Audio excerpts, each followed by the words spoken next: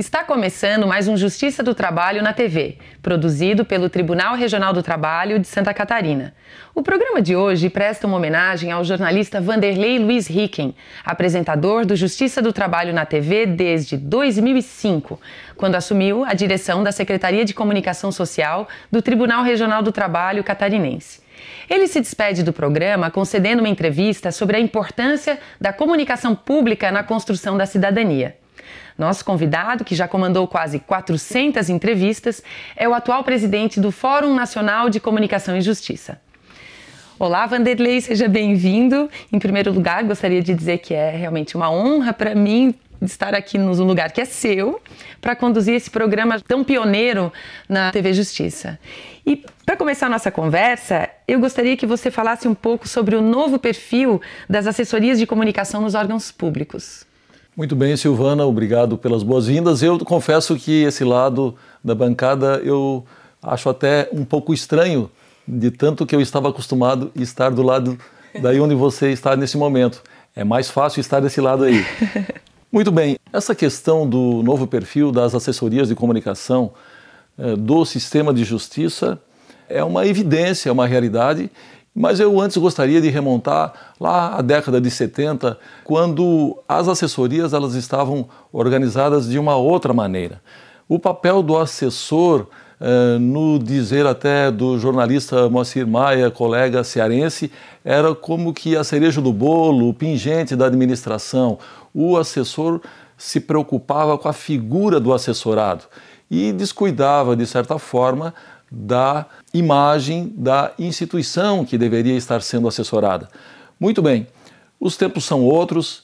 Eu me lembro que na época, quando comecei a fazer jornalismo na Universidade Federal de Santa Catarina, justamente no final da década de 70, não se ouvia nenhum jornalista em formação dizendo que futuramente atuaria numa assessoria de imprensa, numa assessoria de comunicação. Aliás, o que nós ouvíamos no âmbito acadêmico que não era uma coisa muito edificante atuar numa assessoria de comunicação. Talvez esse conceito fosse por conta dos tempos bicudos que se vivia na época, em plena ditadura militar. O tempo passou e as atribuições, o conjunto, o elenco de atribuições das assessorias de comunicação, naturalmente, teve que avançar. Eu até diria que, numa frase do Peter Drucker, um escritor austríaco, ele lembra que a função de uma organização é tornar produtivo um conhecimento. E quanto maior o grau de especialização desse conhecimento, maior o nível de eficácia. E o Drucker também ressalta que é interessante sublinhar isso da relação da especialização com a eficácia nas organizações contemporâneas, porque esse destaque pode ajudar a entender, inclusive, o porquê do fato do assessoramento em comunicação, que, diga-se de passagem, é uma atividade altamente especializada, estar ganhando importância na hierarquia das organizações, inclusive no âmbito público. Então, durante muito tempo, como eu vinha dizendo, as atividades comunicativas eram feitas até de forma fragmentada e não necessariamente especializada.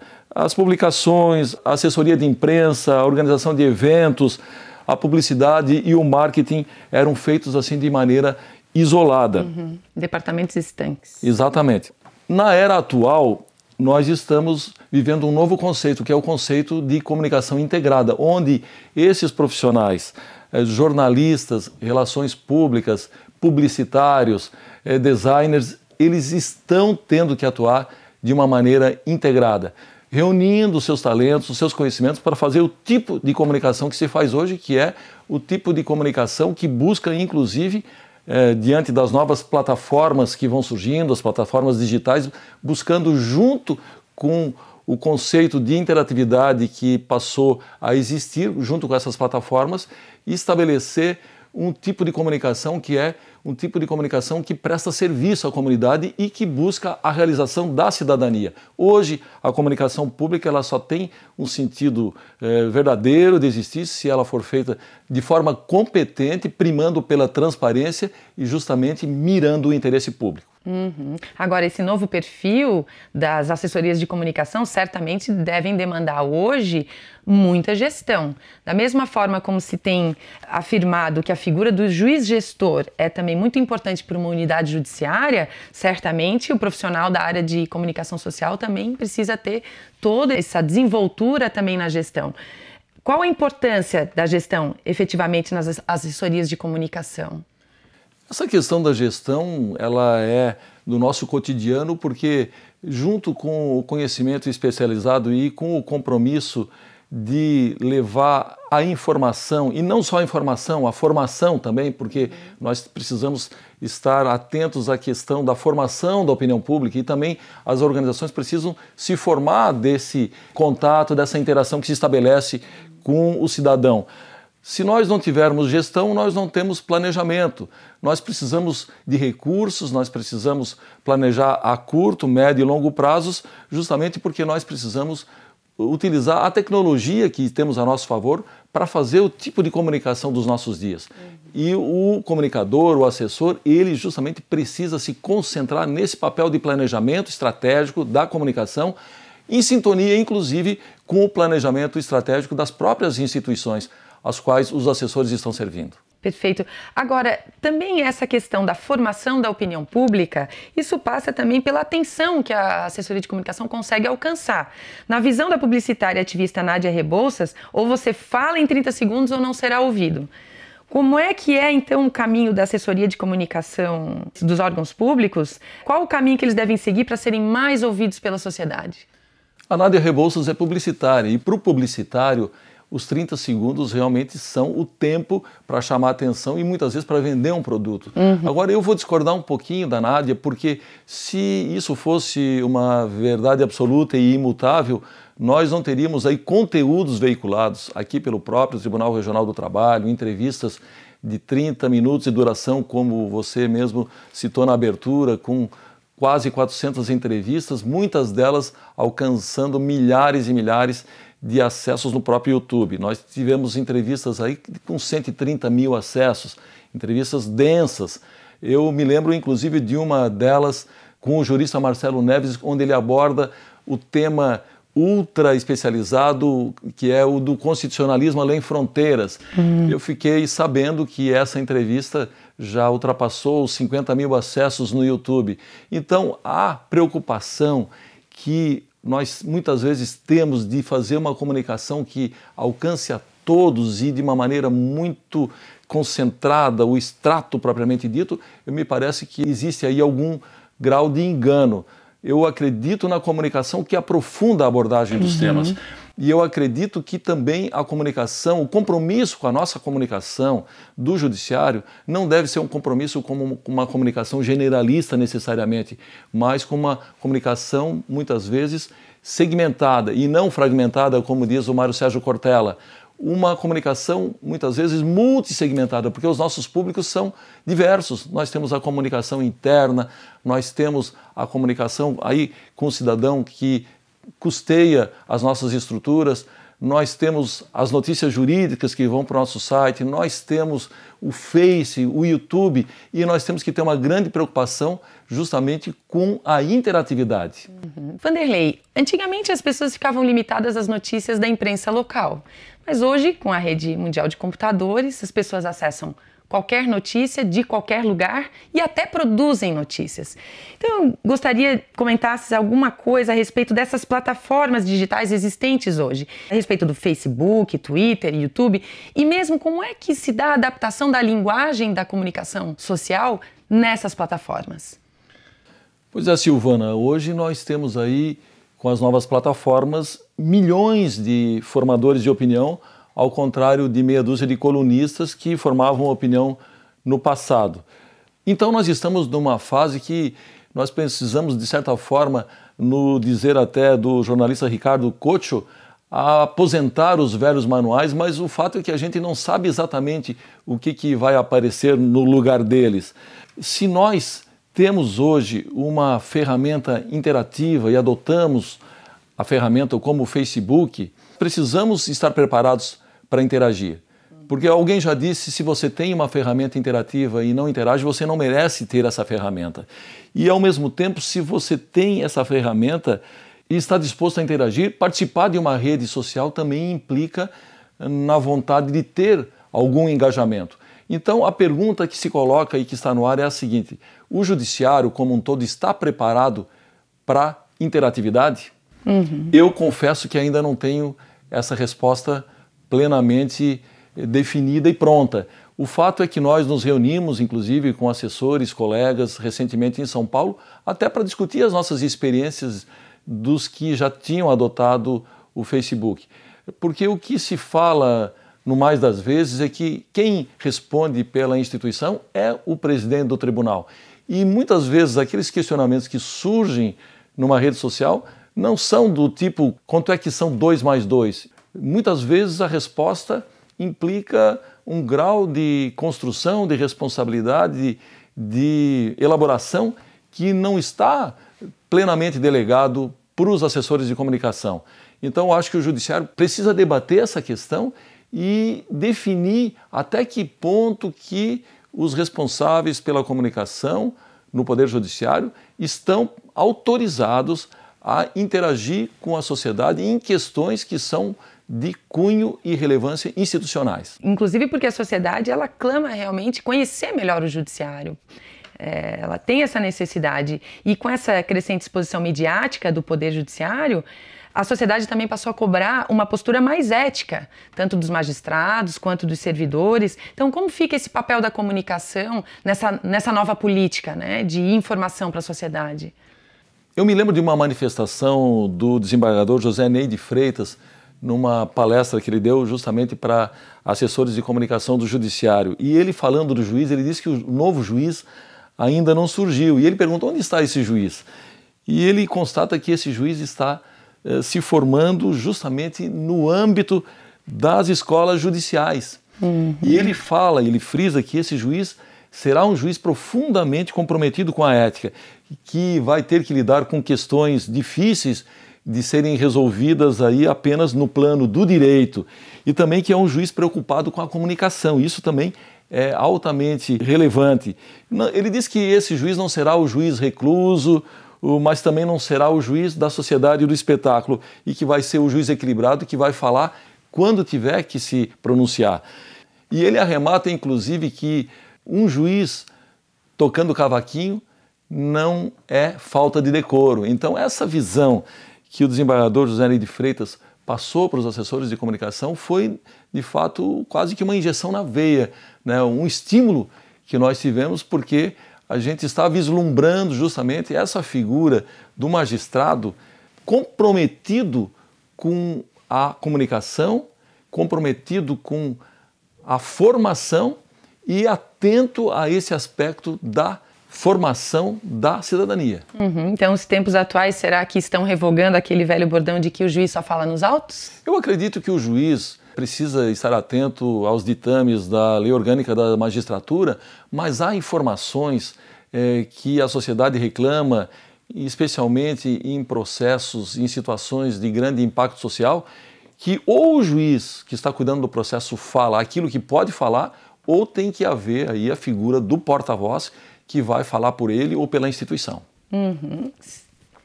Diante de todo esse contexto, o que é, afinal, então, comunicação pública? A comunicação pública é a comunicação que acontece no espaço público, né? O tipo de comunicação que nós fazemos é uma comunicação público-institucional. Agora, essa comunicação pública, no sentido mais amplo da palavra, é a comunicação que promove o debate no contexto social, justamente objetivando aquilo que eu mencionei já várias vezes nessa entrevista, que é a construção da cidadania. Essa comunicação pode ser feita por entidades privadas, por entidades não governamentais, por governos e pelo próprio Estado. Vanderlei, desde janeiro de 2015, você está à frente do Fórum Nacional de Comunicação e Justiça, que promove o Congresso Brasileiro dos Assessores de Comunicação de Justiça, CONBRASCOM. Eu gostaria que você falasse um pouquinho a respeito desse fórum de comunicação. Muito bem, a nossa entidade já existe aí há 11 anos, já promoveu 3 encontros e 11 congressos. O último foi em Belo Horizonte, agora em meados de junho deste ano, e o fórum congrega justamente os profissionais, assessores de comunicação de todo o sistema de justiça.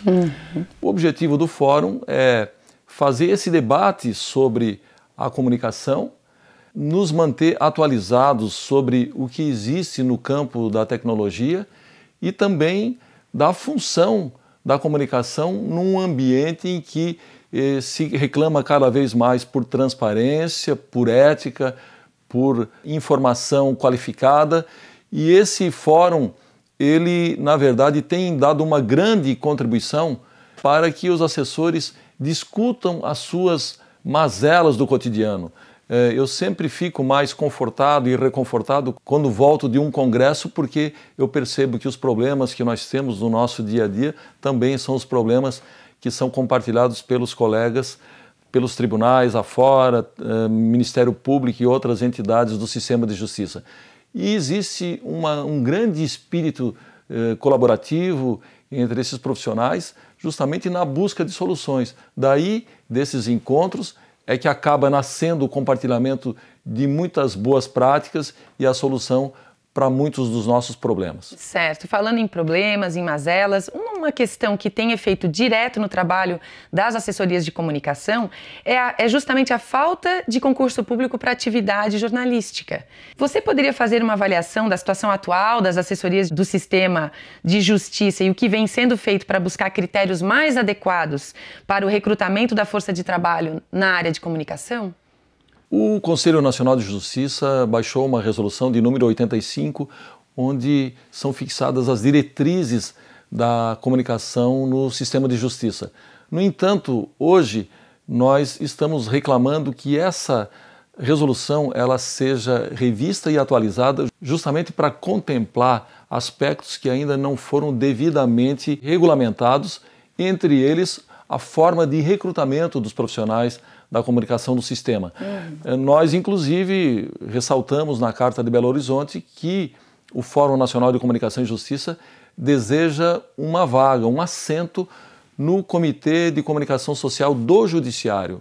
Foi feita uma reunião recentemente, me parece que nós vamos ter esse espaço justamente para levar esse pensamento médio dos assessores de comunicação para que o CNJ reproduza nos seus regulamentos aquilo que mais se aproxima das nossas necessidades e também das necessidades da própria sociedade a quem nós, na verdade, temos a obrigação de bem informar e formar, como eu disse anteriormente. Vanderlei, você conduziu quase 400 programas e entrevistou diversas personalidades do mundo jurídico, como, por exemplo, o jurista Dalmo Dallari e também de outras áreas, como o filósofo Mário Cortella. Ao longo desses 10 anos, quais as entrevistas que mais te marcaram?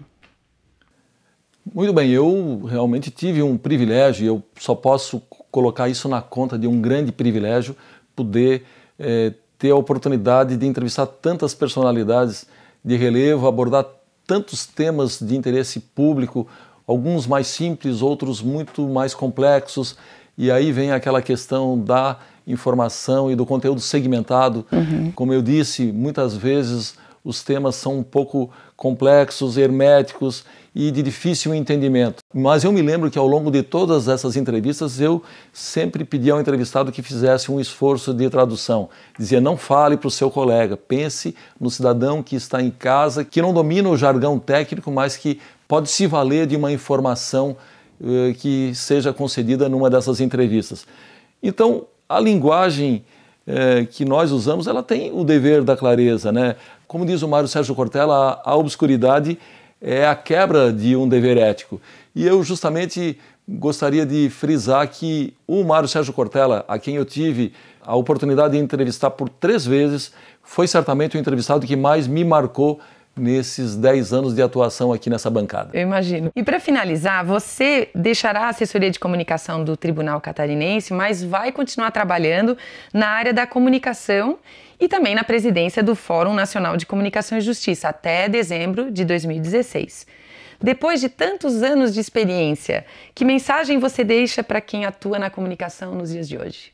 Para quem atua na comunicação, eu recomendo, primeiramente, coragem. Tem que ter alguma dose de coragem, mais um outro tanto de persistência e mais um monte de planejamento e busca de protagonismo.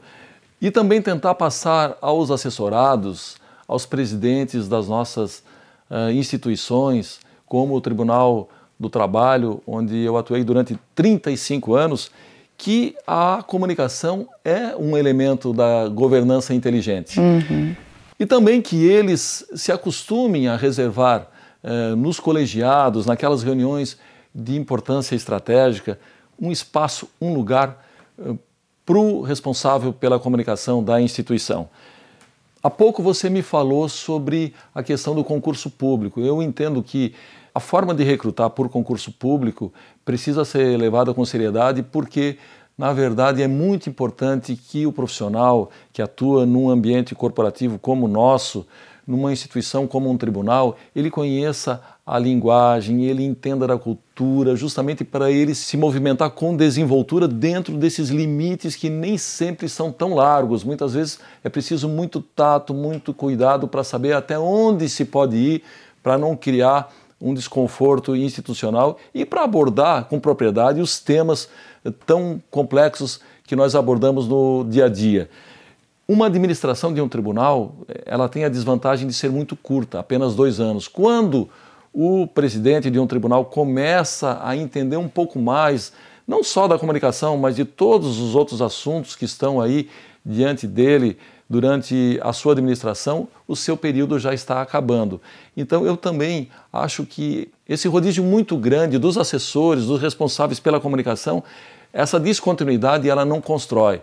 Eu acredito que uma política de comunicação é algo que envolve uma construção mais duradoura. Por isso, eu recomendo que não apenas os assessores se pautem por aquilo que eu mencionei anteriormente, mas que os administradores também pensem que é importante manter esses profissionais que têm uma cultura já acumulada, um conhecimento acumulado, manter esses profissionais à frente das assessorias para que o trabalho que está sendo feito não sofra solução de continuidade e que o trabalho que é feito com a comunicação tenha aquele propósito mais nobre, que é justamente o de informar, formar e de fazer cidadania. Perfeito. Vanderlei, quero dizer que eu sou testemunha do brilhantismo com que conduziste essa maravilhosa carreira, cheia de experiência. Obrigado. E quero dizer aqui pessoalmente a minha satisfação de estar aqui hoje conduzindo essa entrevista com um servidor e colega tão querido e que certamente vai deixar muita saudade. Também vou sentir muita saudade de todos vocês.